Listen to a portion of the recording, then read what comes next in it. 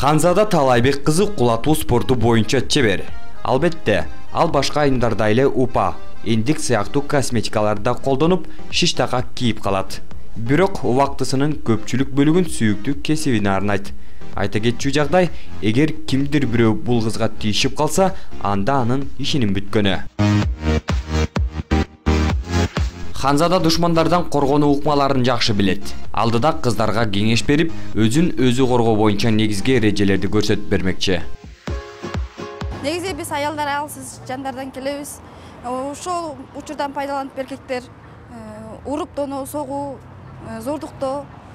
Мисал ала кетсек, мен жумуштан келаткан учурда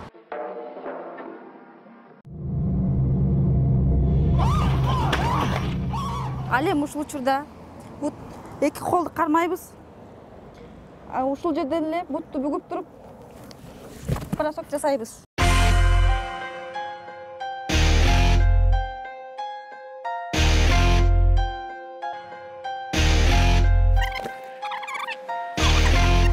Ал эми кылкынткан учурда тиштейбиз.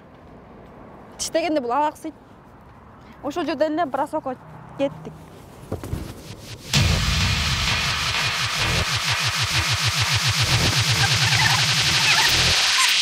Ал эми ушул учурда душманыбыз муунтканда кантип коргонуу керек? Оң кол менен сол колун кармайбыз, өзүбүзгө ылайык болуш үчүн.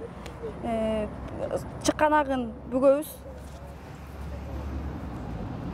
Колун, банжаларын карыйбыз. Сым кетиш мүмкүн.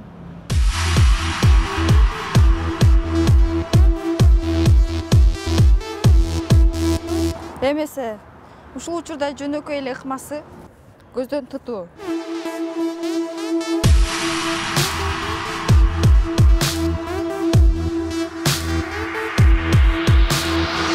Ал эми ушул учурда көрбөй калган себебинен биз качып үлгүрөбүз.